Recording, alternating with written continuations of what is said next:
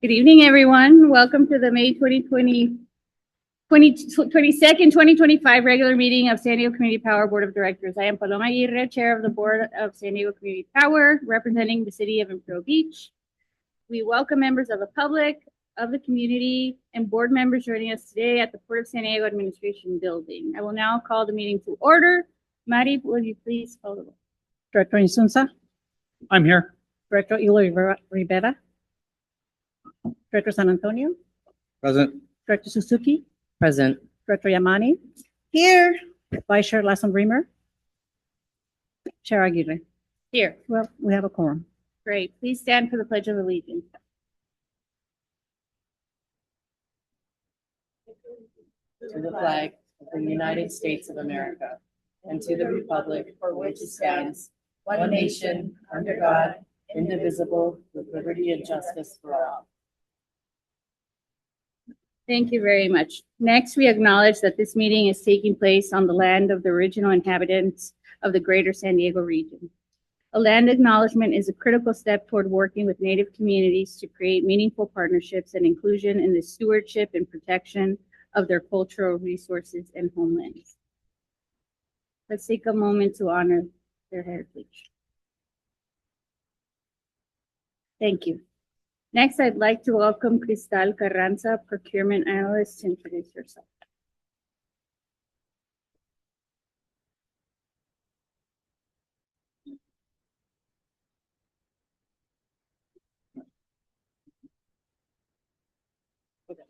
My name is Crystal Carranza. I am a procurement analyst, just hired about 3 weeks ago. I have about 10 years of government experience. I actually started my government career here at the Port of San Diego. So I've worked as a procurement analyst here and at Sandag, as well as in auditing. So I'm happy to be here. Thank you. Next, we're going to go to non-agenda public comment, if there's any. Madam Chair, we have two members of the public who wish to speak, but I'm not sure if they're speaking under non-agenda public comments. They're filling out their cards right now. You'd like to speak to an item 11? Item 11, apparently.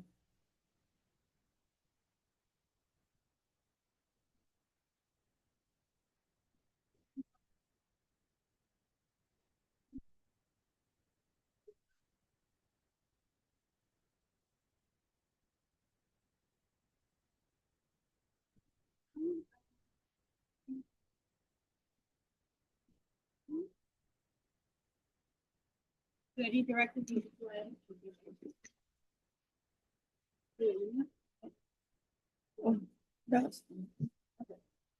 Seeing none, do we have any public comments on? No, Madam Chair. Second.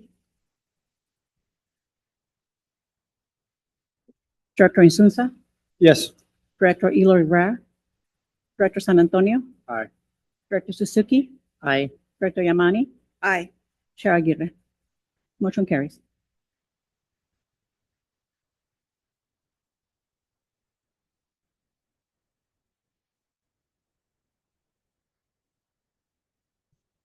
Thank you.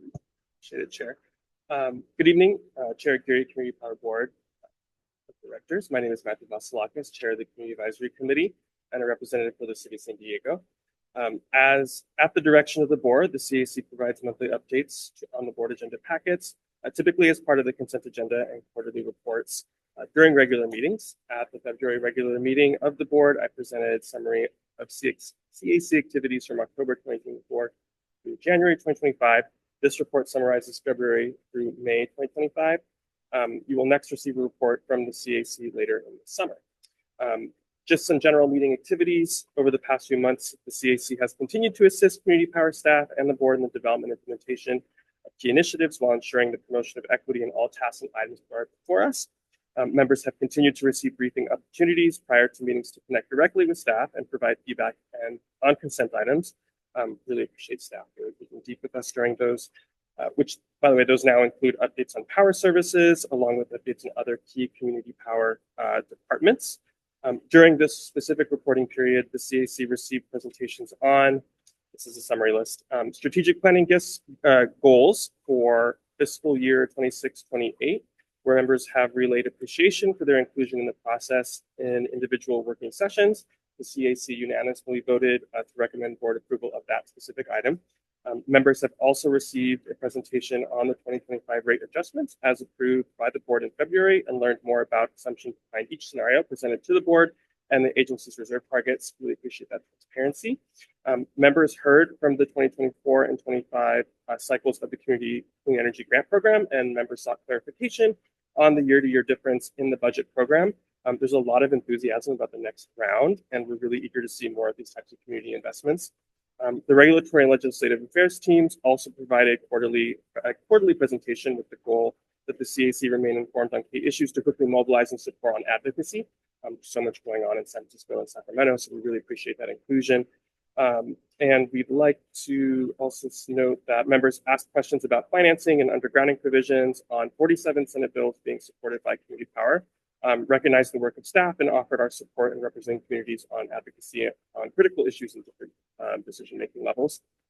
Finally, members received a presentation on the Equitable Building Decarbonization Direct Install Program, and the Power Services team provided a review on items they will bring to the CAC in the coming months, so we have a preview. Those include items that the CAC previously had expressed interest in, such as the local infill procurement progress toward Community Power's 100% renewable energy goal by 2035, battery safety, and energy proposal evaluation criteria. All very fun. In terms of vacancies, as I wrap up my presentation, I want to thank you for your ongoing recruitment for members and appointments. Since my last report, we have had two filled seats. Ross Pike and Sean Sumner have been appointed by the board to the CAC to represent the unincorporated communities of San Diego County and the city of La Mesa, respectively.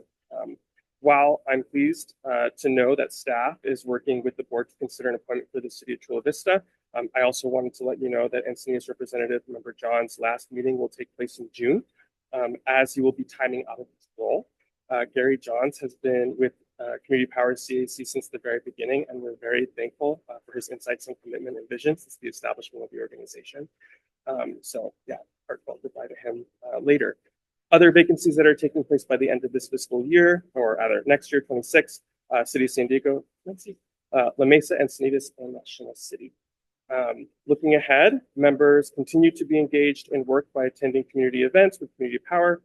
Some examples, earlier in this February, both CAC representatives of San Diego, me and Luis, attended the Regional Chamber of Commerce anniversary celebration. Member Harris from La Mesa and Pike County of San Diego also joined staff during the April sprint of the Barrio celebration with family health centers. And then last weekend, members Harris from La Mesa and Emerson from National City connected with staff at the City of La Mesa Ride and Drive event, and members Anderson from County of San Diego will be volunteering at Community Power's activation during the San Diego FC game this Saturday. And then lastly, I joined Community Power staff at the Orange County Power Authority's Community Advisory Committee earlier this month to provide them information on CAC and customer offerings, just to exemplify all the amazing that we're doing and the exciting things that we're doing. Finally, the CAC will host its next regularly scheduled meeting on Thursday, June 12th, where they will hold officer elections. With that, I will announce that this is my last quarterly update on the board. I have decided not to run for another term as chair, and I have appreciated serving Community Power in this capacity the past 2 years. I look forward to contributing in ways that are different in my final year in the CAC and working with you all, Community Power staff, and identifying other community leaders to join our group. That's it. Thank you. Any questions? Just that, right? Thank you very much. Do we have any public comment? I have a comment. We do not, Madam Chair. Public comment. Oh, sorry. No. Okay, we're going to go to board now.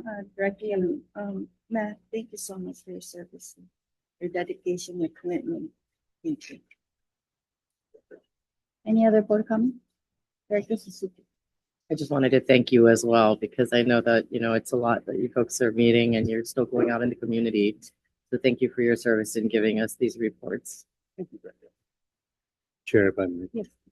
Matt, I just want to say thank you for serving this city so well and representing the city so well in your role and all the work that you do. It's like super clear from every update how above and beyond you go. in the role that you're serving in, and I appreciate not just the thoroughness of the updates, but like how much you clearly put into this role.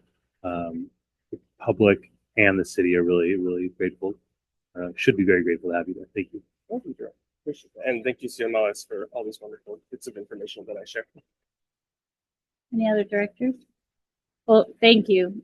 I share all the comments that have been made. Your leadership shines. You've always been a driving force that has moved the CAC in the direction that was the vision from the get-go and then beyond. So thank you for your time. Thank you for your dedication. Thank the entire CAC, and I'm excited to see where the future takes you. Thank you so much, Chair. Thank you. Thank you all. All right, this is a receive and file. So we're going to move on to item number 11. Presentation of the draft FY 2025-2026 operating budget, FY 2025-2026 capital budget, and FY 2026-2030 capital investment plan. Tim Langlamont, Director of Finance, will present the item. Good evening, Chair.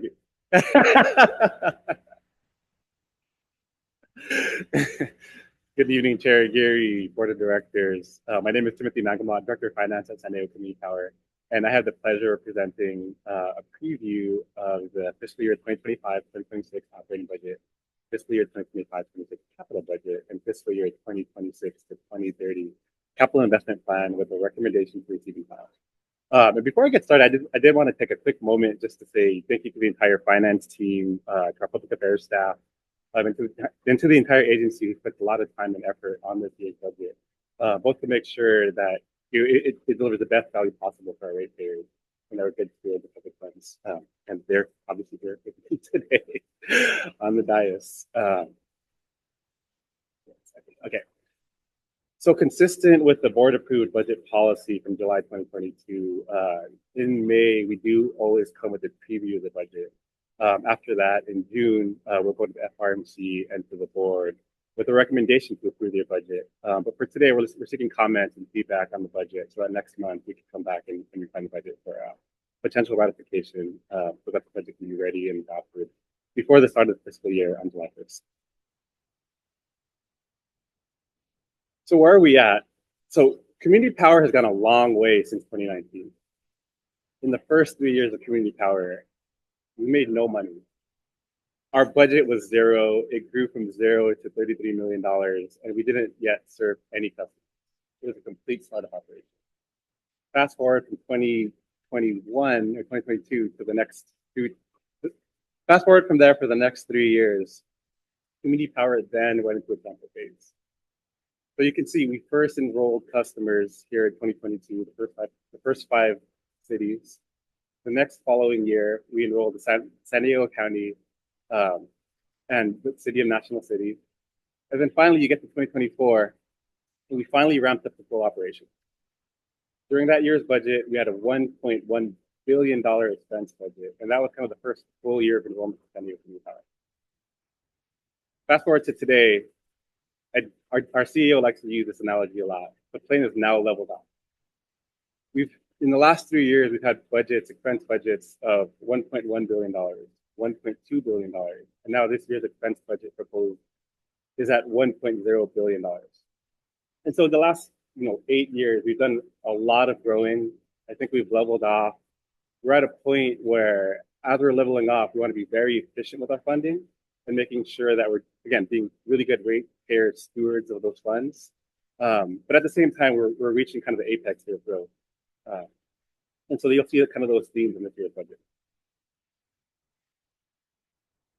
But what are you actually getting in this year's budget? So you'll see in this year's packet, we're giving you guys the full operating budget book and the full CIP. Last year, I remember Director Yamani asked for the full budget last year around this time. And so we had a pretty huge effort internally to give the full budget to the board of directors, both for transparency purposes, accountability purposes, but also just to show everybody, what we're delivering for the public. And so what are some of the key themes of this year's budget? Sustainability is a big one, both organizationally and fiscal sustainability. So this year's budget continues to grow reserves, and you'll see kind of in later slides that we have a high likelihood of hitting that 180-day reserve target that was set by the board, both do strategic planning, and do the reserve policy. We also have a pretty big focus on organizational sustainability. So that means not only growing our staff to get to the core infrastructure that we need, but also being very thoughtful on how we grow our staff. And then kind of another big theme with this year's budget is we do still want to have continued investment, our capital investment plan. So you'll see in this year's budget, we do have a proposed continued appropriation into the capital investment plan of $21 million, most notably to support the solar battery savings program. So this is the common eye chart that I think every board gets. And so I'll walk you through it. In this year's budget, starting on the revenue side, so the board back in February 7, 2025, adopted rates that included a 3% rate discount to SCG&E, a 5% rate discount for our power-based product. And that results in about a $1.2 billion, sorry, I can't repeat, I should wear my glasses. But that results in a $1.2 billion revenue budget, again, consistent with what the board adopted back in February 7, 2025. If you get to the expense side of the budget, cost of energy still comprises the big lion's share of our budget, and it always will. Cost of energy is 95% of our budget, and you'll see that there's a pretty big decrease in our budget of about $160 million year over year. We'll get into more details on why that is here in a second. The non-energy budget is roughly flat. It's growing by about $3.5 million year over year, but we do consider that to be flat, mostly due to the staffing that we hired in previous periods during the fiscal year, and then those staff salaries being annualized now in the upcoming fiscal year. The last thing I'll mention is we do want to continue sustaining our contributions into our CIP or our capital investment plan. So as I mentioned earlier, we are proposing a $21.4 million one-time investment this year into the capital investment plan. And kind of the big project that's funding is that solar battery savings program. It's about $18.8 million proposed appropriation to continue that wildly successful program, which we'll get into here in a few more slides.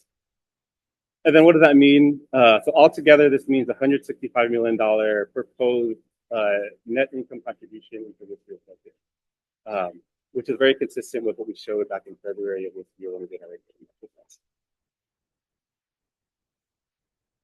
So the board has seen this slide before. It's the same slide that we showed back on February 7 when we adopted rates. So if you look deeply on the revenue side, again, we're proposing in this year's budget the same 3% power on discount for our main product, the same 5% power base discount for our discounted product. And then back in February, we also noted that we have a high likelihood of hitting the 180-day reserve target if the board approved the rates that they did back in February.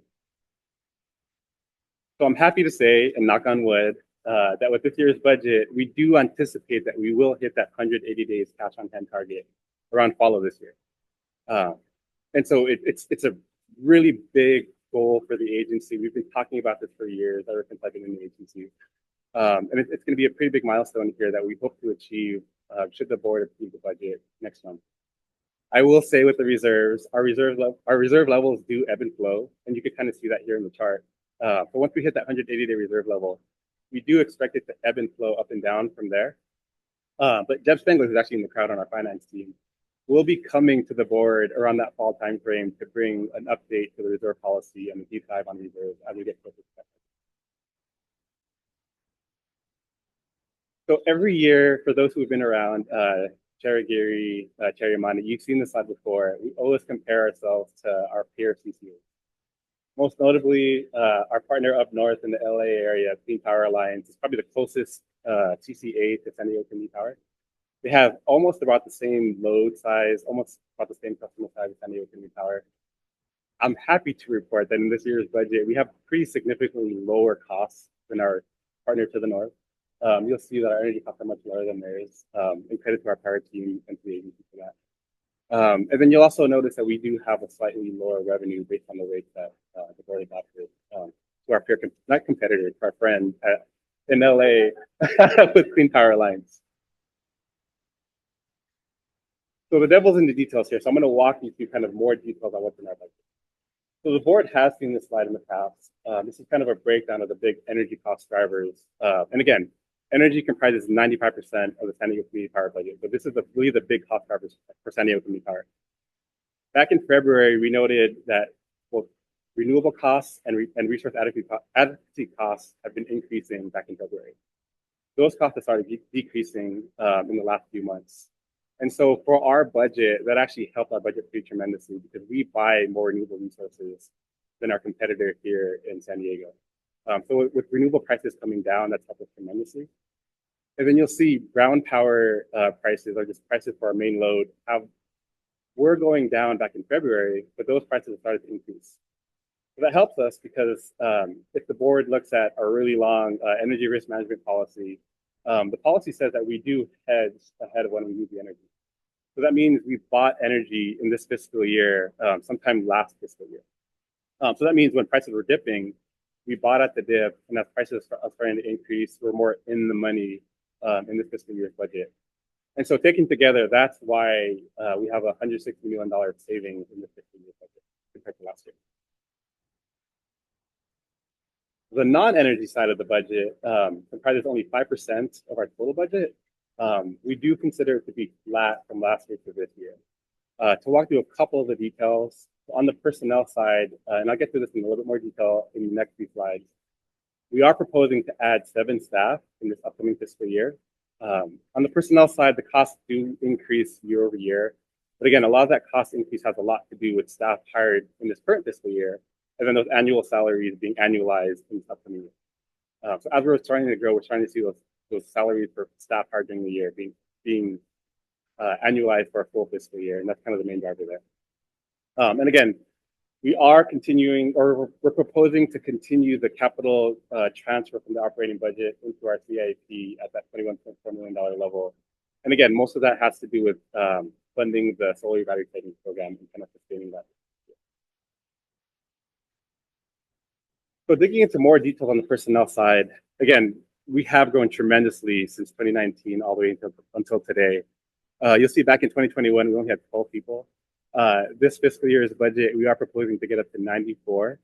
Again, last fiscal year, the board authorized 87 positions, so this is getting the agency up to 94, and kind of close to our peer CCAs in terms of size. When you look across the other CCAs and you just compare our headcount to the other big CCAs, kind of in California, you'll see a couple comparisons here. So I mentioned Clean Power Alliance is kind of our closest in terms of size. They have about 84 people currently, at least what's posted on the website. And so in our proposed budget, we are proposing more people than CPA or Clean Power Alliance.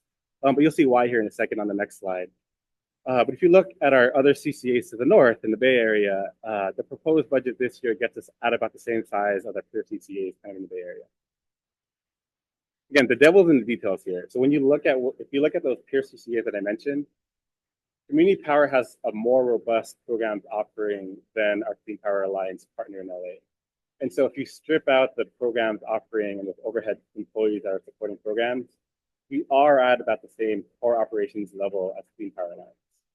I will say I did peek at their budget before as a budget nerd who usually wears glasses, I peeked at their budget before this meeting, and they proposed increasing that headcount from 84 to 100. So if that's approved, then we will still be lower. But as of last year's approved budget for Clean Power Alliance, we will be at about 30 for core operations. But on the program side, we do have a pretty robust program offering that we're hoping to continue with this year's budget. And so you'll see our programs team is at par with some of those bigger programs, most notably with Marine Clean Energy and with AVA in the Bay Area. Okay, so transitioning a little bit. The capital investment plan is kind of our area where we put in our one-time funding sources against our one-time project and program. Our CIP is much different, I think, than some of your member jurisdiction CIPs, because we don't have big capital infrastructure. But really the reason why we have a CIP is because we want to put any kind of one-time funding sources or any one-time expenses in our CIP so that if those funding sources go away, we're not left with a structural deficit if we're hiring people for ongoing salaries against one-time revenue that might go away. For what are we delivering in the CIP or proposed to deliver? It's kind of 3 big areas. The biggest one is a solar battery savings program.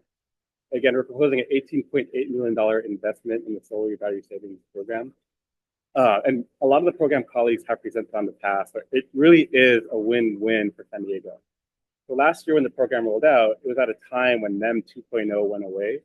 And so there wasn't as much demand for solar back then because that NEM 2.0 went away and there wasn't solar that was being banked. So when it was rolled out, it was a really big boon for the trades and for the solar installers because this program came out and it created a lot of demand in the industry for the solar installers. And then, of course, for the customers, it was a big win because we're subsidizing solar and storage for the customers. But also for San Diego Community Power was probably even the biggest win of them all. Because for San Diego Community Power, we're not only promoting renewable energy through solar battery storage systems, but there's also a substantial savings for San Diego Community Power. Because what happens with that program is with these batteries, a lot of the solar is generated during the day when the sun is out between the hours of 2 to 8 p.m. And then when you get to 8, 9 p.m., when it's still peak hours, the program discharges those batteries. When energy is really expensive, the sun comes down, you're not generating solar, we get massive savings on resource adequacy. So it's really a win-win-win for everybody, and that's kind of why you want to continue sustaining that level of contribution into the solar battery system. This year's budget also includes the same sustained level for the regional energy network. So you'll see in the next slide, this year's CIP is bringing in pretty sizable funding for the region. The regional energy network back in January of 2025 proposed $124 million in their appropriation from external funding that the team brought in that helps fund additional funding for the region. And then finally, the last thing I'll mention is this year's CIP also proposes some infrastructure investments, most notably in IT. I mentioned we're growing. We're not quite there yet. There's still a lot of infrastructure that we need to get in place so that we can go from that startup mode into the sustained organizational operation that we want to get. Okay, this is the last slide, I promise you. I know it's a really long budget presentation. So in this 5-year CIP, the action that we're going to look to take next month is a proposed approval for our capital budget. So our 5-year CIP, the first year of our 5-year CIP is really the appropriation for the capital budget that we're looking to make in next month's board meeting. The 5-year CIP is also a 5-year plan. So it's a difference between making a 1-year appropriation in our capital budget and having a planning document for things that we want to deliver for the public in the next 5 years. This planning document is also a way for us to signal to the public kind of what we're thinking and putting that's available for the region. But the other thing I'll mention is you'll see kind of in the top 4 rows, the programs team and the agency has done a really good job in terms of bringing in external funding for the region. In total, in the next 5 years, we anticipate bringing in just $233 million in external funding. That's not ratepayer funds, but it's grant funds and other sources that we're looking to bring into the region to promote our mission, vision, and values. So with that said, Chair Aguirre, that wraps up the presentation here to receive and file, and I will turn it back over to you. Thank you very much for that presentation. Do we have any public comment? Yes, Madam Chair. Jake Marshall, please come to the podium. You'll have 3 minutes to address the board. Hi, everybody. My name is Jake Marshall. I live in Tierra Santa here in San Diego, and I'm the manager of Green Tech Renewables, a solar and battery wholesale distributor in San Diego, up at Activity Road in Miramar. And I'm here to comment on support for this solar battery savings program. Obviously, there's a lot of solar contractors that are involved in this program.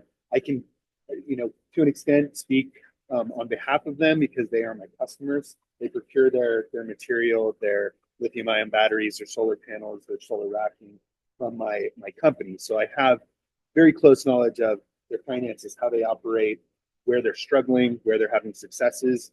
We keep very close tabs on that. And so the solar battery savings program, when it came out, as the gentleman just said, it was a very difficult time for the solar industry as we were adjusting between NEM 2 and NEM 3. People were learning how to re-engage the consumers in solar and storage and how to show them benefit and value and return on investment for those for a solar project. there were some contractors who were down and out, on the brink of going out of business, on the brink of not paying bills. They got on the solar battery savings program, and it gave them a boost of energy. It gave them a kind of a gap that was bridged to learn how to resell this product, because it really was a special program and is a special program. And the biggest piece of that was that our local contractors here in San Diego, within the borders that this program represents, were able to compete in a business that's kind of become national sales organizations banging on your doors, calling you, at all hours of night. Those are not local contractors. Local contractors are the ones you call up because you find them at home. And they live here, their families live here, their family works for them, generational businesses that have been around for 30, 40 years, not, a kid calling you on the phone, pitching you solar. So the benefits were very, very specific to local contractors and local businesses, including mine. And I employ 90 people in San Diego, and it was boosting my business as well. So I am in heavy support of the solar battery savings program. I've been very close to it and affected by it in a positive way. So my customers, hundreds of customers. Yeah, that's what I'm here to say. Thank you. Thank you very much for sharing. Any other? None, Madam Chair. Okay, so next we'll go to the board if there are any comments or questions.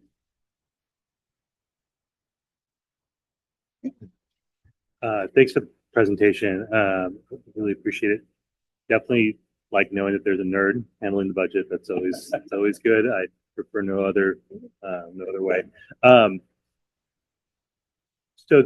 A lot of the planning that has been done here is long-term in nature, and I understand what we're aiming for. The world has changed a lot very quickly. It's changing a lot very quickly. It's changing right under our feet right now. So can you talk to us a little bit about the way in which this budget is taking into consideration some of what's happening at the federal level, how that might impact our work, our plans, and most importantly, the folks that we're aiming to serve? It's probably a Karen question as well as a. So thank you for the question, through the chair. So we do a fair bit of analysis kind of on the back end at the budget in terms of risk, and kind of what you mentioned, right? So that cost of energy band, and we've talked about this in the past, kind of cost of energy changing pretty significantly over time. As different administrations favorable to the renewable industry have come in and come out. And so when we do our analysis for the budget, you kind of see like the mean, like the scenario that we think is most likely to play out. But there's a pretty big band kind of on the back end in terms of like scenarios from your 5% scenario all the way to like the 95% scenario that could play out. And so it's a thing that we watch and monitor very closely, right? Like you mentioned what's happening with at the federal level, especially with some of the tax credits going away here, potentially here pretty soon. When we analyze the cost of energy budget, we take that into account. We look at the scenarios that could exist, on both ends of the spectrum, right? And one of the things we do and monitor very closely then is reserves, right? One of the things, probably the biggest thing that we have to combat against that is our reserves. It's one of the big reasons why we want to get to 100 kVA cost on hand, because we've seen it in the past. Like we've seen the energy costs, like they fluctuate pretty substantially. A lot of that has to do directly with what you mentioned. And so when we do the budget, we give the best estimate, but there's a pretty big variability that could occur, and really the reserve is meant for that reason. And there's a lot of things that we do on the back end, mostly through the power team, to kind of control that risk band that exists. Some things are out of our control, obviously, but we try to be very conservative with the budget at the very least, so that the budget in the next, at least fiscal year, we know that we can sustain our operation for the next fiscal year and then pivot if needed, through reserve of this new operation. Hi, yes, thank you for that question. I would say, high level, there is a lot of volatility right now in the market, but that doesn't mean it will result in inaction or inertia. So what we're doing broadly is we're planning, right? We're running scenarios. We're talking to our power team regularly. We are talking with our developers regularly. We do have on the line our Associate Director of Legislative and Regulatory Affairs. But what I would suggest is that we come back to the board with an update, perhaps in June, to speak more to how we're seeing the impacts, because really it's a moving target. It's a really fast moving target, whether it's the tariffs or the ITC. It's moving so fast, but our approach is to plan, to run scenarios, to understand what value at risk looks like, and at the same time, be conservative in our approach, as Tim mentioned, and to really put our customers in the front and foremost and center of all our decisions. Thank you. I appreciate that. I think, so just a couple things there. For me, at least, it's helpful to know, to be sure that we're not, and I'm not suggesting that we are, but wanting to be sure that we aren't unnecessarily locking ourselves in, creating a level of rigidity that doesn't allow us to be nimble given how dynamic things are. And then, and I'll just to provide some additional context, I asked the same question almost every department that presented during the city's budget review process. There are folks that we aim to serve, and I understand it's a little bit different here at New Power, but I think the mission, I understand the mission pretty well at this point. I want to know, like, in a really clear way, how we are thinking about the folks who are most vulnerable who we aim to serve, because their level of vulnerability has increased significantly over the last several months. And some of those ways that their vulnerability has increased is not related to the cost of energy, but it means that the cost of energy matter that much more to them. And so when they are reliant on programs that are no longer there, or the cost of their medication could potentially increase, not just medication, but healthcare in general could increase substantially, it means that every cent that they pay and every way that they pay it matters that much more. And so the way that we're taking into account the most vulnerable people who we aim to serve is also super important to me. So those, to the extent possible, the way that we can understand the way our budget is taking that into consideration would be super helpful to me. Thank you. No, thank you for your comments. Director Yaman. Thank you. Thank you, Tim, and your team who didn't speak. I'm gonna make you though. Wanted to go through, the items that you have presented. Personnel, maybe you can come back with that AB 2561, and we like to see how we are pairing with that. And then we don't also want it to be like I'm looking at we're at the highest level. We said we will level off, but right now I'm a prudent person. I'd like to see how we can be more responsible. Not that we're not, but we're looking at all that, looking at all these uncertainties that are coming our way, right? We want it to be ready. That's number one. I know we are, says here, we still have, with 94, we still have to fill 7 more new staff. And so before we do that, I would like to see that, comparables from HR with regards to 2561. Professional services and consultants, I'd like to see a spreadsheet on who are this, what are they, and what are they doing for us, and a contract level as well, because if we are going to be full staff with all of you experts and experience, I would like to see us, looking at all this external services that we are using or we're hiring. Marketing and outreach, like to see the sponsorships. Maybe we can look into that, partnerships that we have.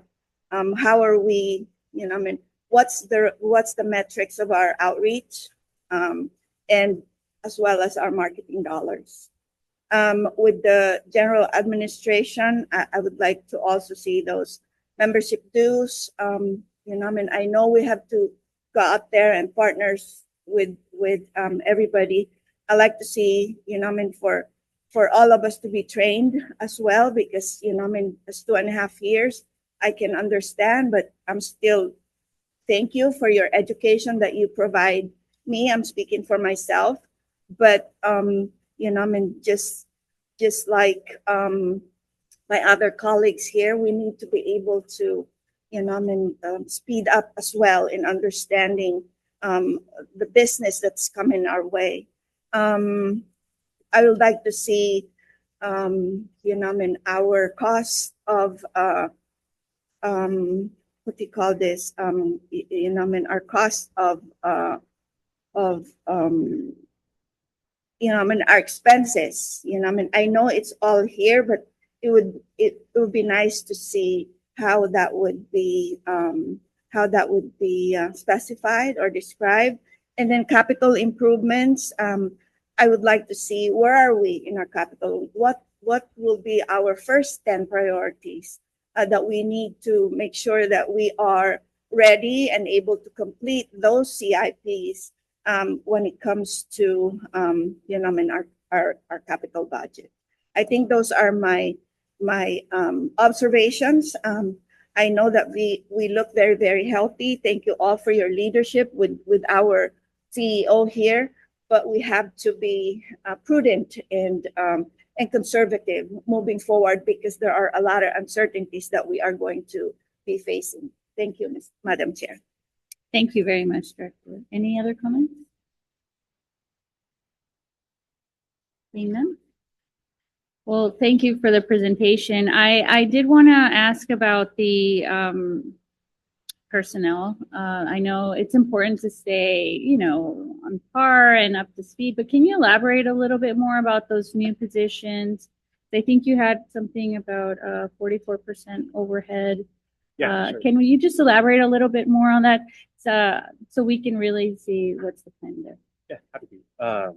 So I guess just to take a step back in terms of positions, one of the things we look at with positions, really professional services and positions are kind of hand in hand, right? Mm-hmm. There's some, instead of hiring personnel, sometimes you hire a contractor or a vendor. And then other times we try to in-house as much as possible. Mm-hmm. But I'll give you a couple of examples here. So in January, the board approved the contract for my accounting firm. I think it was around 300,000 and change. I forget the exact amount, around 300,000, right? And we chose, it was our staff recommendation to have the professional service instead of the accounting, internal team. Because if you look at, for example, they're going to hit me for this, but if you look at Clean Power Alliance, they have three accounting people in-house. Mm-hmm. They also have a professional services team. If you look at the cost of those three people and that professional services contract, it's well over 300,000, right? So one of the things we look at really closely is to make sure, sometimes it does make sense to have professional services versus in-house staff. And we looked at across the board. One more example on the legal front, we decided as an agency to hire more legal in-house staff as opposed to contracting it out for professional services. We did, as a finance nerd, we did a lot of calculations on the back end to see, is that penciling out? Does that make sense? So we actually are saving a lot of money with legal in-house counsel. If you just look at their dollar per hour billing rate versus a firm and their billing rate, it's a substantial decrease from that. And so when we do the personnel proposal, we look at it really closely to see, does it make sense, right? Like, when does the professional service make sense with in-house staff? And we try to be as prudent as possible, right? Because in those two examples, in one case, it makes sense to hire professional services because it saves us money and we could find a really, really, really good person. On the other hand, right, it makes more sense to have the in-house staff. Mm-hmm. So then that's kind of one factor there. Chair, you also mentioned kind of the overhead, that 44% overhead rate calculation that we have. So on the program side, we kind of separated out because I guess the way I think of it is there's staff needed for core operations. And when we say core operations, I mean really the power business, right? We're at the end of the day, utility agency. But then there's also a fair number of staff who are delivering programs. And programs they do really good things for the community. But when you look at those programs, and whenever we hire program people, they need support, right? We need HR staff to help back them up. We need accountants to help account for their work. We need overhead staff to support them. And so that's kind of what we meant by that overhead rate and the overhead support. And so really, when you look at that 94 staffing level, we look very closely at each one. How does that department compare to the other CPA? If we're over or if we're under, does that make sense, right? Like in some areas, like I mentioned with the accounting team, we're not hiring that extra person like Clean Power Alliance would. And so we'll look a little bit lower than them. But then in other areas, we might be higher because it makes sense to hire the impact staff. I can go on and on about this. No, this is helpful. And yeah, I really appreciate the clarification. Program staff is incredibly important because I think Director Elo Rivera mentioned it. We want to be mindful of those who need us the most because yes, we are a utility agency, but we were created to not just provide renewable sources of energy, but also at lower costs.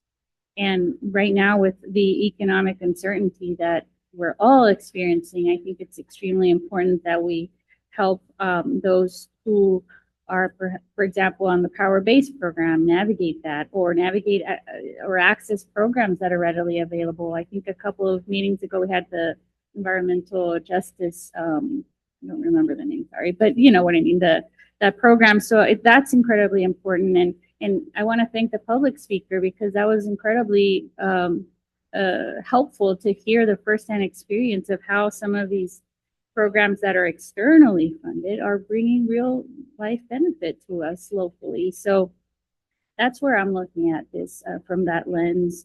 And I'm glad that Director Yamani brought this because it's something that, you know, I've always shared this concern regarding the marketing dollars and how those are utilized. And, you know, it's important to keep our name out there. We are, as you mentioned, a public utility, but I think there's an opportunity to have flexibility there and maybe be a little bit more conservative on our expenses relating to marketing and maybe or put to reuse those funds to help some of these folks that are more in need of understanding our programs and understanding the bills. So I will just leave it at that. And if there's no additional comments. Okay. Do we have like a affordable, you know, I mean, like the LCAP or assistance program that I don't know if we have that. I have not, but maybe we can, you know, I mean, for whatever, you know, with regards to marketing, maybe those, we don't want to call them low income, but affordable assistance program maybe that we can help our ratepayers. You know, I mean, I don't know when that's gonna come. I'm just thinking about it because Madam Chair here said, let's be more conservative and maybe giving it back.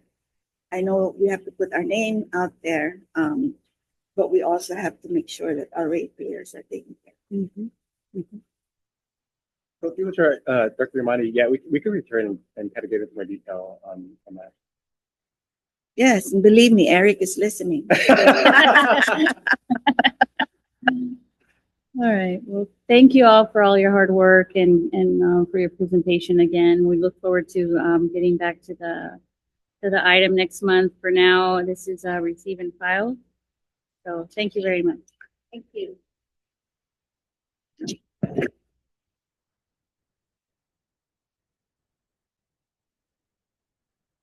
All right, next item is item number 12, approve amended and restated renewable power purchase agreement with Pelican's Jaw Solar LLC. Kenny Key, Director of Power Contracts, will present the item. Thank you, Chair and Board.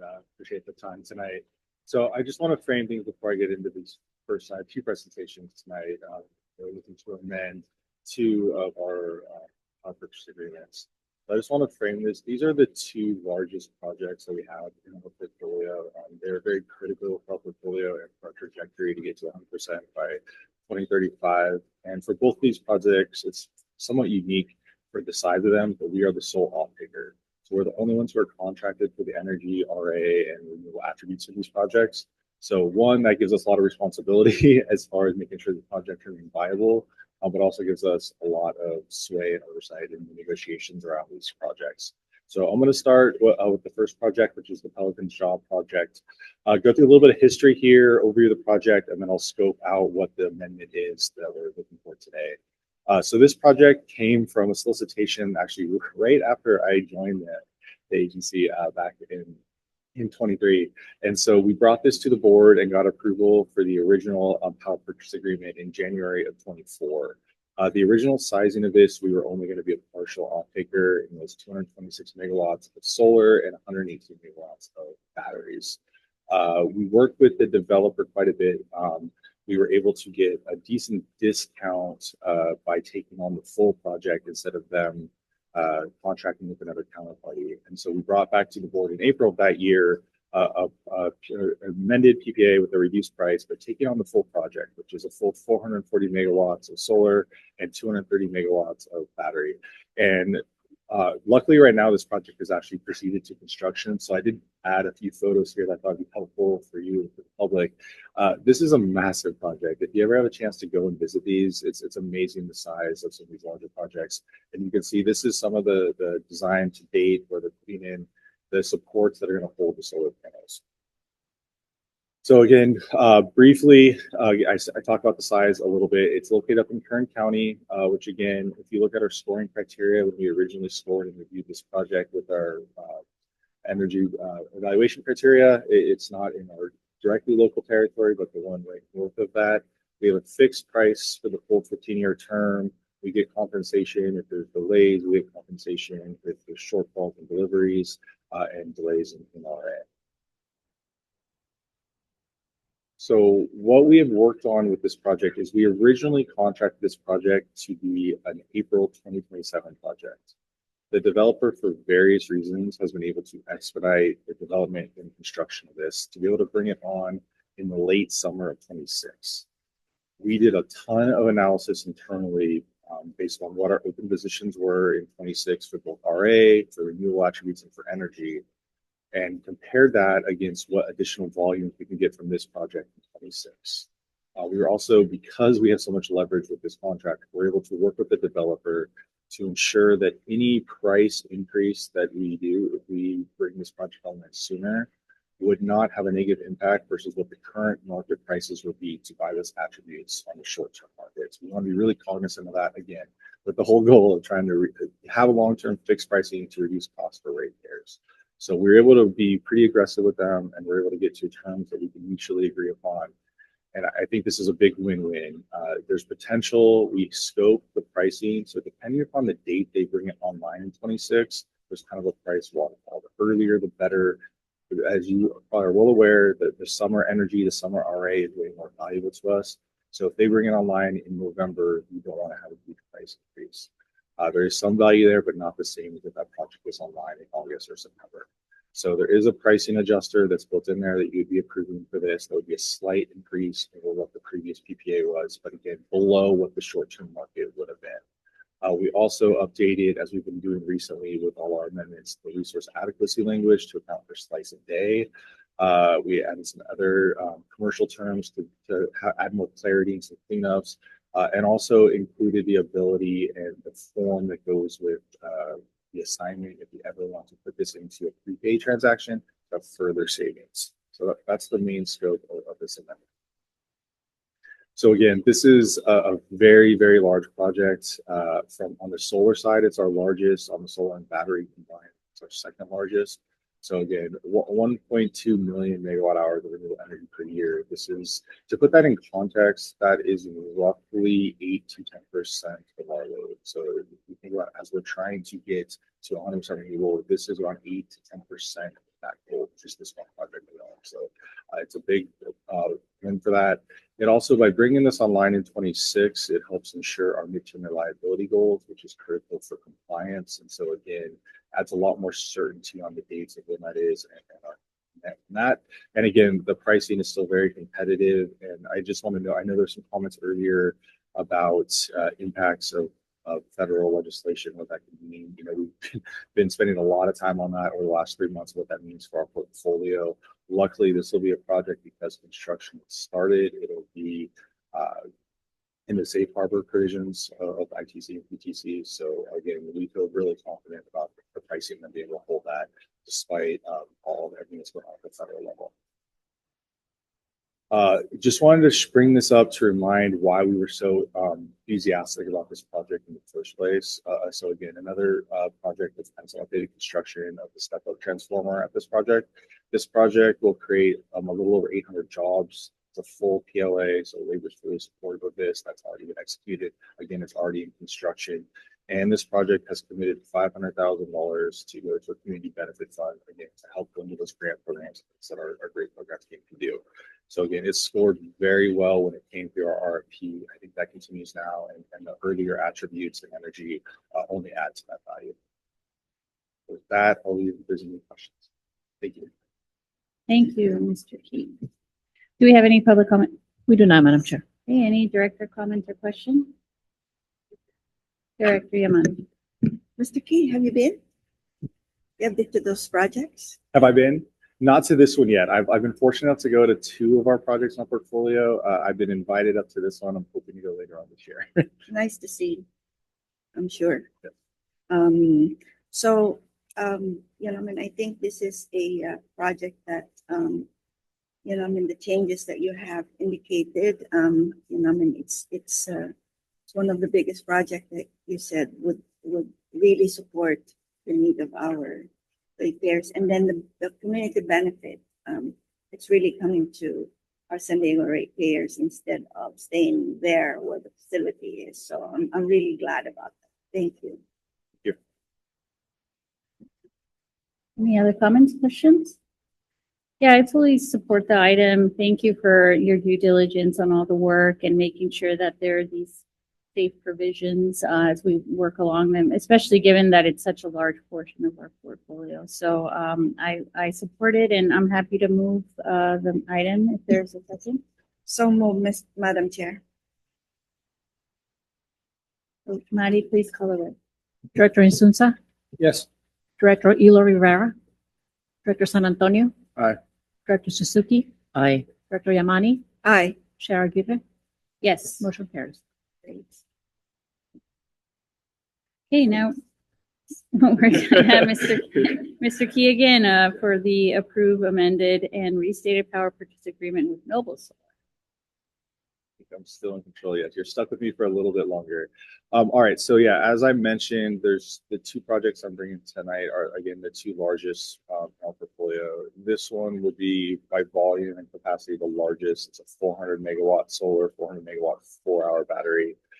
I wish I could always bring good news on amendments to the board. Unfortunately, tonight I cannot. So this one will have a slightly different story, and I'll kind of walk you through the history and what we're looking to amend to keep this project viable.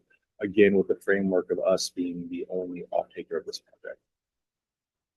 So this project came in again a couple of years ago through an RFP. It scored very favorably. It is located again a little bit outside of the California territory. It's very near the border, but it is CAISO interconnected, which is something we don't always see for the projects that are either in IID or in Nevada or neighboring states. So what that means is we don't have to require import rights to bring the energy and bring the resource advocacy benefits into our territory. So again, fixed contract. This one is slightly longer than the last one I talked about. So this is a full 20-year contract. Again, you get full attributes. So the energy, the renewable attributes, the RA, all that comes with it. The revised date, and I'll get to this in a second, the original COD that's currently in the board approved agreement is June of 27. There's a couple items, and I'll get to this in a second, and I'll talk about the scope that have caused that timeline to be delayed, which is the reason we need to amend the contract if we're going to move forward and keep the project viable. Again, typical financial incentives and penalties to the project. I'll get into some of the adjustments we made to make sure we're further protected if we do decide and if you do approve an amendment tonight. So the scope of this, the main item here is the project is delayed by at least a year. So the developer has asked for the guaranteed commercial operation date to be modified from June 27 to June 28. There's two main reasons for this that I think are fair to say are both outside of our control and unfortunately outside of the developer's control. The first is this project is in an area that is subject to network upgrade. It's required for them to interconnect and provide RA. Those upgrades were originally slated to be completed in the 2017, 2018 timeline. Those are now have been pushed all the way to 27. And so they would not even be able to interconnect and provide RA until that timeline began. Second, over 95% of this project is based on BLM. If you have been following anything on the federal side, BLM has put a pause on permitting. And unfortunately, they have not gotten the full permitting from that from BLM. No issues have been raised in their current processes. It's just there's been a full pause right now on BLM. And that has caused a ton of uncertainty for this project and others that are impacted by that. And so while they have gained out multiple scenarios, this full 12-month delay is factoring in an assumed full 12-month delay in a BLM permit. So that's assuming under this timeline that BLM does not even look at their permit for another 12 months. Now, there is always a concern that we have to think about what happens if BLM for the next 3 years just does not do anything, especially on the renewable front. That's a huge concern of ours and a huge concern of the developer. So there's a couple things we did in this contract to add some security for us and for our ratepayers in case that is an issue. Number one is typically for these types of contracts, there is a development security that is done before construction, before it's online. We increased that security. So one, we're holding more cash for a project like this is significant. So one, we're holding more in letter of credit for the project in the development basis. Two, there's something in all of these contracts called the pre-commercial operations liability cap.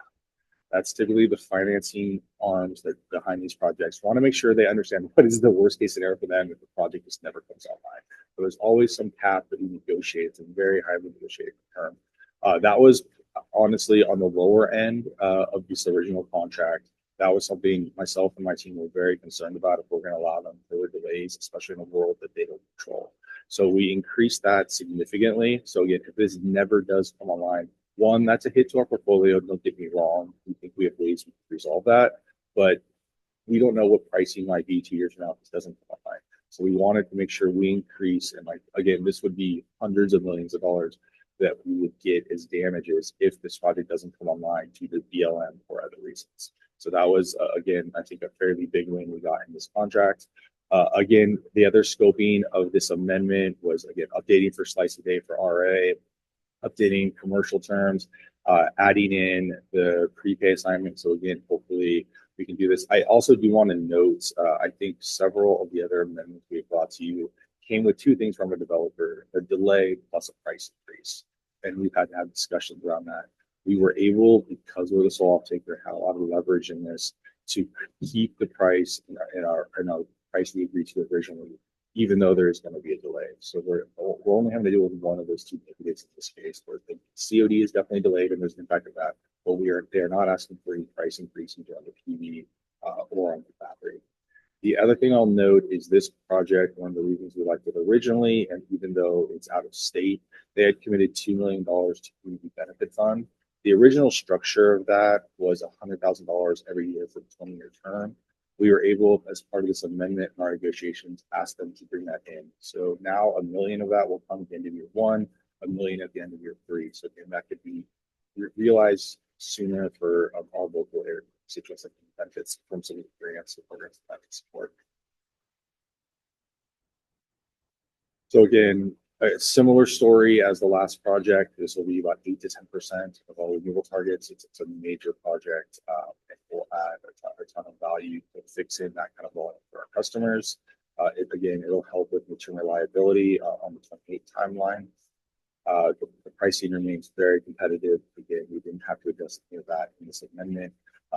And this is a fairly major developer in the West. A few quick things here, because we haven't talked about this specifically for this project, but again, they have a very robust battery safety system and technologies that would go on this project, which again is something that we're always concerned about, especially for those projects that are based in the desert with high temperatures. And then again, reiterating why we like this project so much from the beginning. This project, again, over 520 construction jobs that will support, again, full PLA. They've already committed to that. They've done a ton of work with the local communities for apprentices and school support and things like that. And again, I talked earlier about the community benefit fund contribution that they have committed to. With that, happy to take any questions. Thank you, Mr. Key. We're gonna go to public comment if there's any. We don't have any, Seeing Madam Chair. none. Director's comments or questions? I do. Huge, 520 job creation with all our, with the labor agreements with, these organizations. I'm sure that, they're good partners of ours, and, hopefully the delays will be mitigated soon, so then we can, get this to be realized. I am also, this is just an extension, correct? An extension on the times, yeah. Yes, We're basically right? adjusting. So in all of our power purchase agreements, there's a key term, which is your guaranteed commercial operation date. Typically, there are financial penalties for the developer if for every day they're delayed from that date. So what this does in the amendment, we are shifting that date from 6/1, June 1st to 27 to June 1st to 28. So they have basically a year modification to that. Every day it slips beyond that, that's when they'll be exposed to damages. Thank you. Thank you. Other questions, comments? Everybody, I mean, just a quick couple. The first is, and this kind of gets back to the conversation we're having with respect to the budget and volatility variables. You mentioned a number of variables. One really important one with respect to BLM and what does it mean for us to have something of this size in our portfolio and in our presumably in our projections for next several years, but fairly significant level of uncertainty attached to it. Yeah, no, great question. So, And like before I just, rather than wait on the follow-up, sure, you might be able to answer this as you're doing that. You might be able to answer the second question as you're answering the first one. What risk are we assuming by kind of keeping ourselves attached to something with this level of variability and uncertainty? yeah, no, great questions.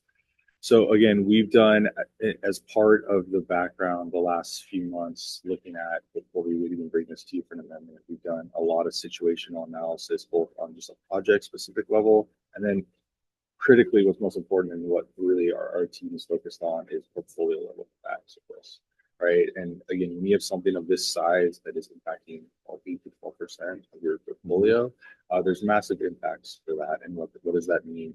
Both for the internal targets and again, ultimately for what that means for cash flows and gross margins down the road with passing on to savings to our customers.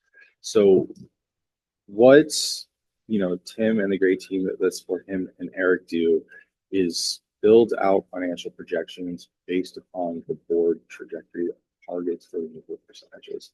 But right now, the next main two are 2030 at 75%, 2035 at 100%. So when we do our analysis of this, if anything in our portfolio should drop out, cause us to drop for those, that's when significant added costs potentially in the short-term markets could impact our market, would impact our portfolio, and most importantly, impact the bottom line.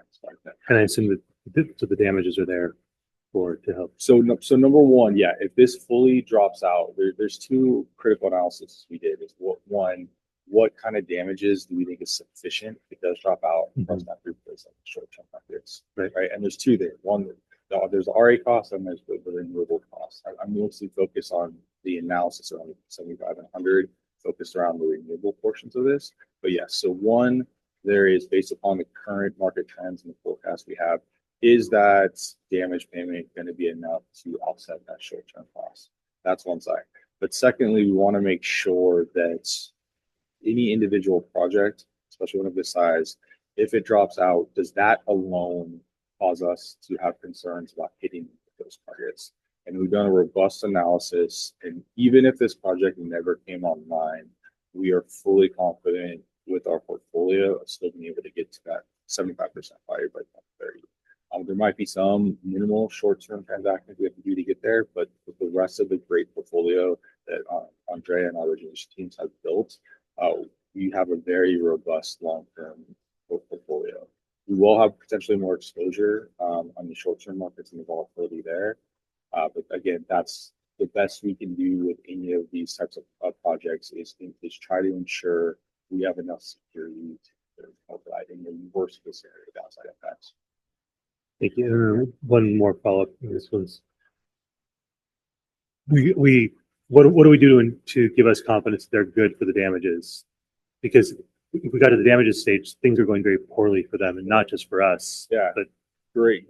Sorry, not just on this project, but like generally. Oh, great question. Yeah. So for all of our projects, we either have to have a cash development security. I'd say that's less common for the very large projects, or there's a letter of credit. Those letter of credits have to be from banks that our financing signs off on as far as credit worthiness. And so these are all the major investment grade rated banks where we literally are holding letters of credit that allow us to access those funds anytime that there's a damage hit on the contract. And those are, we're confident in those, even in like the dominoes start to fall, and it's not just this project, it's multiple others, and things are just going very poorly. We feel like we can call on that. And yeah, we ensure, and I give all the credit to our financial risk teams, but we ensure one that those banks are credit worthy and that we can call upon them if needed, but also that we can diversify, right? We don't have all of them in one or two banks. So again, if we're calling worst case scenario hundreds of millions of dollars from a single bank that can support that, it's diversified out, and we have a threshold of how much we need. Appreciate that. Thank you, Chair. Great question. Thank you. Anybody else? Good question. Yes, Director Suzuki. So I was reading the news, which is a terrible thing to do these days. And I saw that one of the things that the budget that's in the federal government that they're dealing with is they're thinking about the tax credit and the one that affects people who are building, I think, battery and energy plants. Would that affect this project? Great question. So our analysis to date, the versions that we've seen go through the House, and again, we'll see what ends up getting through the Senate, but the versions we've seen go through the House, the ones we've seen to date are not retroactive on projects that are kind of currently in the works, and if they hit certain construction or online start dates.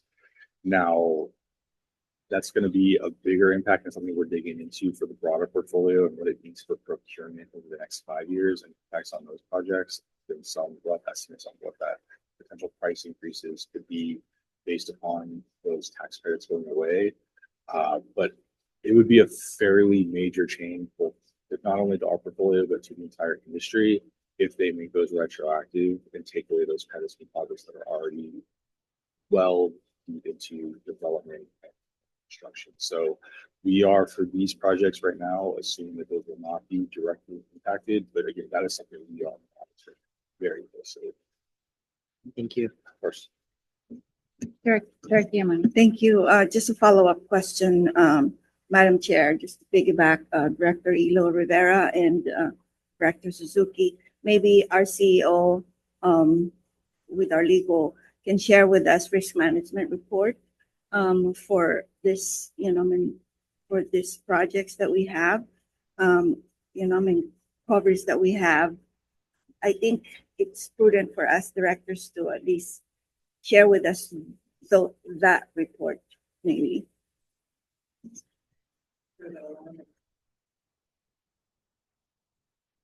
That's why I said closed session. Yeah.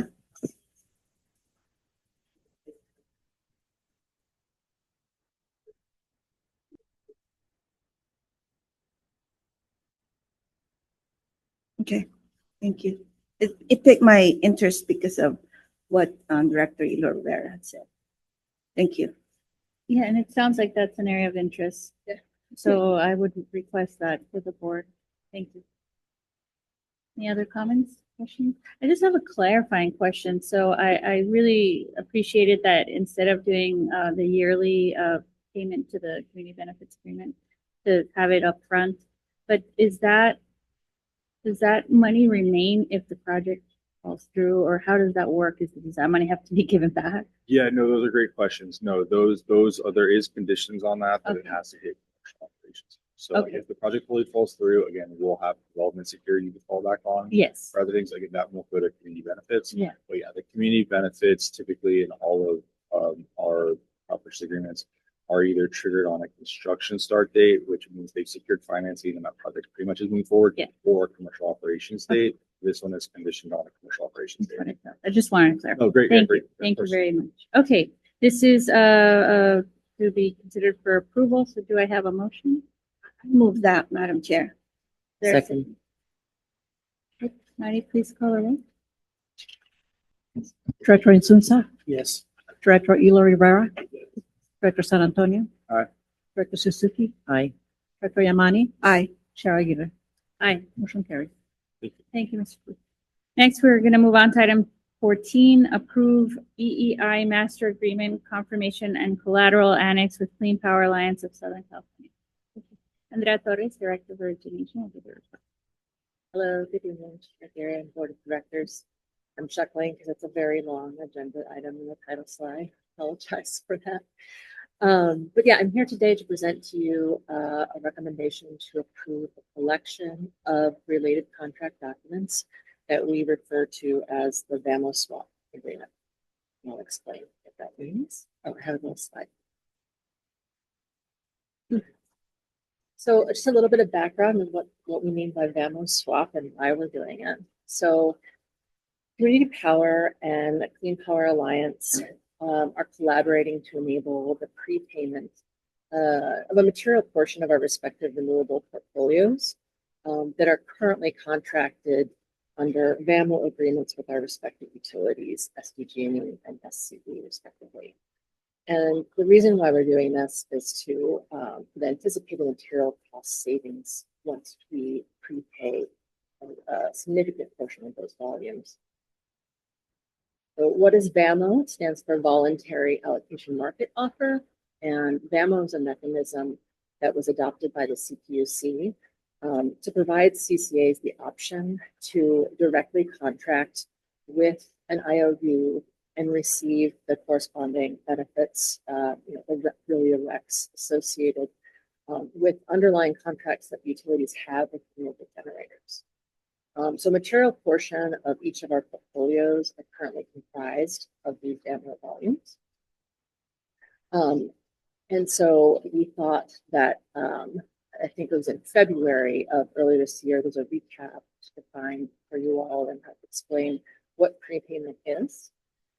But just a quick recap, and I have a phone friend here on hand, and Doug Spengler, our strategic finance manager, here to explain further. But essentially, it's was historically used in the natural gas markets, wherein municipal electric gas utilities can and other tax-exempt entities can, like CCAs, can prepay for the supply of energy or gas from a taxable corporate entity, which is then funded by a tax-exempt municipal bond.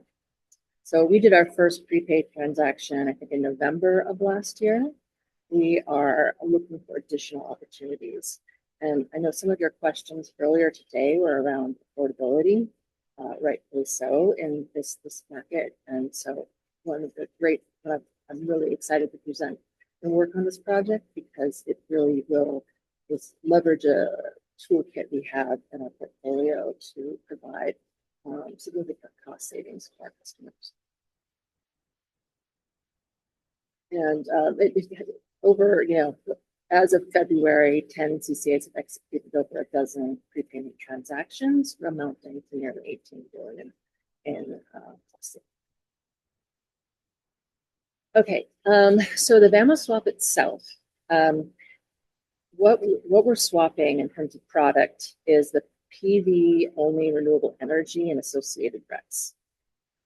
It's enabled through what's called Edison Electric Institute master agreements and associated documents. And really that's a contract that's widely used throughout the industry that everyone's familiar with in the industry.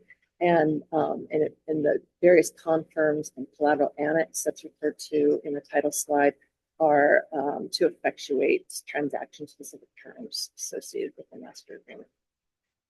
Critical to that document is a limited assignment agreement. Each CCA is agreeing to support the limited assignment of VAMO volumes to the respective prepayment partners. The swapped volume under contract starts out at 720 gigawatt hours up to nearly 1,000 gigawatt hours of energy and RECs each year. The swapped product will be sourced from community powers and CPA's respective VAMO contracts with their utilities in their territory. However, it has a great feature of allowing us to include other volumes from long-term contracts in our portfolio into this swap arrangement. The term of the agreement is 10 years, commencing in July of this year. That's a key feature to enable the prepayment structure. And the settlements is essentially each CCA is retaining the CAISO revenues associated with the energy and then paying on a REC price that's identical for both parties. So really, because of that structure, and we're swapping every megawatt hour for megawatt hour, there will be no change to our renewable portfolio associated with this transaction. There's also no direct fiscal impact with this contract because it's mirroring the revenue, the products that we receive under the VAMO contracts and the costs associated with them. And through the future, however, the future use of prepayment transactions, we anticipate that as we include the VAMO volumes in a prepayment transaction, that it will really result in material cost savings for our customers. And I think that's the last slide. Yes. Any further questions? Any questions you have? Thank you so much. So we do not have any public comments. Correct, Madam Chair. Great. We're going to go to director comments or questions, if there are any. I believe that, sorry, Director, are you, okay. I just had a very good briefing with our CEO with regards to this, and so this really benefits us. You know, I mean, let's do it. Thank you. Director Hilo Rivera, did you want to come? Yes, I agree. We should move forward with this, and I fully support it. So I'm happy to make the motion. Do I have to read the whole? Okay. I move that we approve EEI Master Agreement Confirmation and Collateral Annex with Clean Power Alliance of Southern California. Is there a second? Second. Mari, please call the roll. Director Insunza, Yes. Director Hilo Rivera, Director San Antonio. Aye. Director Suzuki, Aye. Director Yamani, Aye. Chair Aguirre. Yes, Motion carries. great. Thank you. Next, we're going to go to our wonderful CEO's report. All right. Good evening, board members. Great to be here today. Next slide. Okay, so the Community Power team, along with council members Yamane, Nzunza, and Suzuki, recently attended Cal CCA's annual conference, where CCAs and clean energy professionals come from across California to collaborate and learn from one another. The team was very engaged at this year's conference. In fact, Councilmember Suzuki won the points battle on the conference social media channel for conference engagement. Community Power Senior Policy Manager Ayesha Cervantes Cisna participated in a panel on implementing equity and discussed the equitable access to energy efficiency programs that becomes available through regional energy networks. I had the pleasure of participating on 2 panels myself. I moderated a panel on federal engagement in a new administration, and I also sat on a panel alongside fellow CCA CEOs to discuss challenges and opportunities that lie ahead for our CCAs. I also recently participated in a panel at the Clean Energy Summit in Sacramento about the role of CCAs in power procurement and the challenges ahead for California's clean energy transition. We're also continuing to visit our member agencies to provide updates on Community Power's rates, our rate products, our programs, and our procurement efforts. So we were in Chula Vista last week, and we'll be in Encinitas next week on the 20th. And last week, we held our 2nd annual Key Account Engagement Forum, where we're able to connect with our largest commercial, municipal, and public sector customers to hear about them and their clean energy needs. I was able to kick off the event with an overview of Community Power. And then our Director of Power Contracts, you just heard from Kenny Key, provided an overview of Community Power's path to 100% renewable energy. And our Associate Director of Legislative Affairs, Patrick Welch, spoke about recent federal climate policies and their potential impacts. So very relevant to what we've been talking about here today.